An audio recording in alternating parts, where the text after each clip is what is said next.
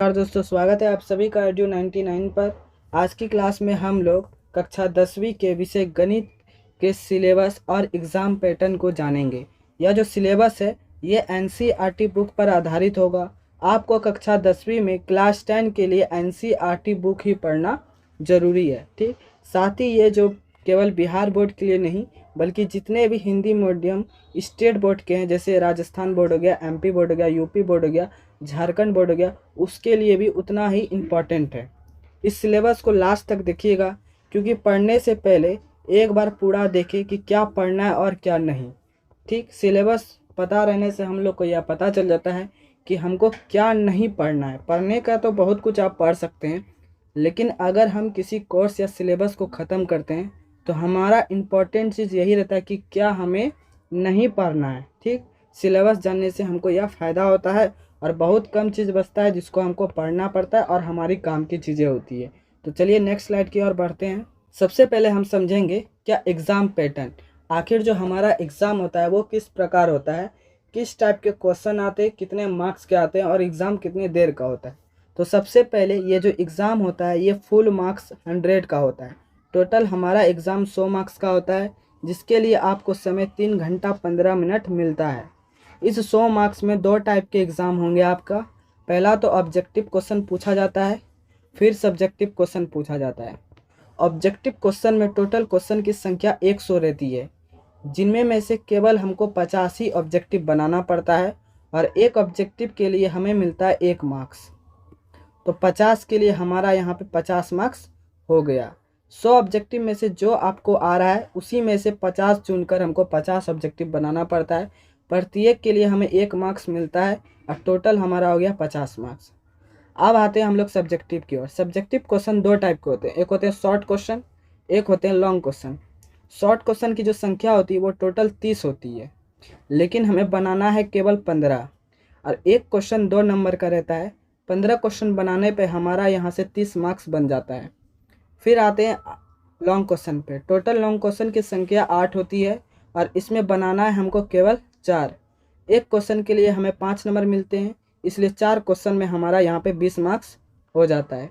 इसी तरह से यहाँ पर 50, यहाँ से 30 और यहाँ से 20, टोटल हमारा 100 मार्क्स का ये एग्ज़ाम होता है। अब हम लोग बढ़ते हैं कि गणित का सिलेबस किस टाइप का होता है, गणित में हमें क्या क्या पढ़ना पड़ेगा। तो हमने जैसा बताया कि ये 100 मार्क्स का रहता है, तो किस किस टॉपिक से कितने कितने मार्क्स का एग्ज़ाम में आता है। पहले तो नंबर सिस्टम को हम लोग समझेंगे कि नंबर सिस्टम में हमारा 10 मार्क्स, बीज गणित जिसको अलजेब्रा बोलते हैं उससे 20 मार्क्स, त्रिकोणमिति ये चैप्टर आप लोगों के लिए बिल्कुल न्यू है। अगर आप सीबीएसई बोर्ड के हैं या बिहार बोर्ड के हैं तो ये चीज़ आपको पहली बार सुनने को मिलेगा। इससे 20 मार्क्स का एग्ज़ाम में आता है।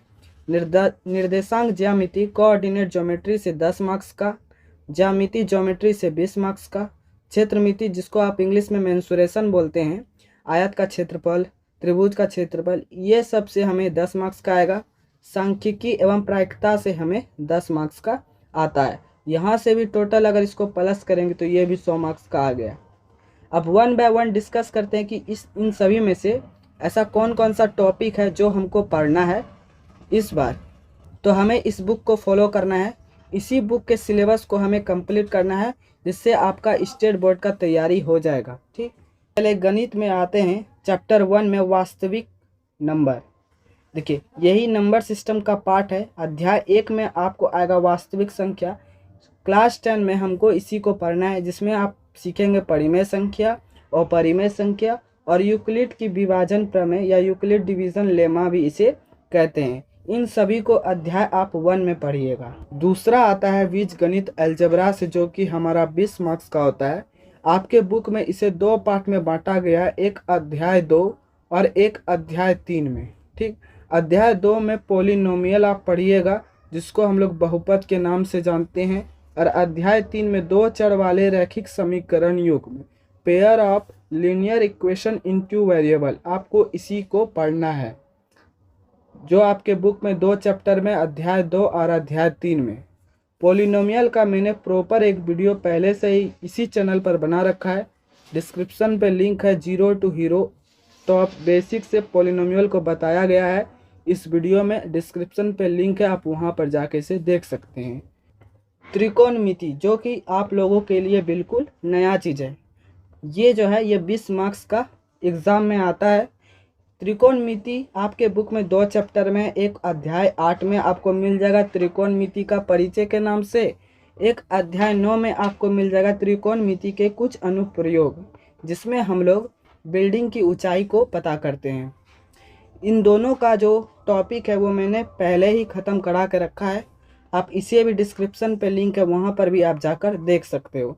ये दोनों लेसन आपके इसी चैनल पे कंप्लीट है, और मैं कहता हूँ ये आप लोगों के लिए बिल्कुल न्यू चैप्टर है। तो आप स्टार्ट भी क्या करो, लेसन 8 से ही करो, फिर उसके बाद आप लेसन 9 पढ़ लेना, ठीक है।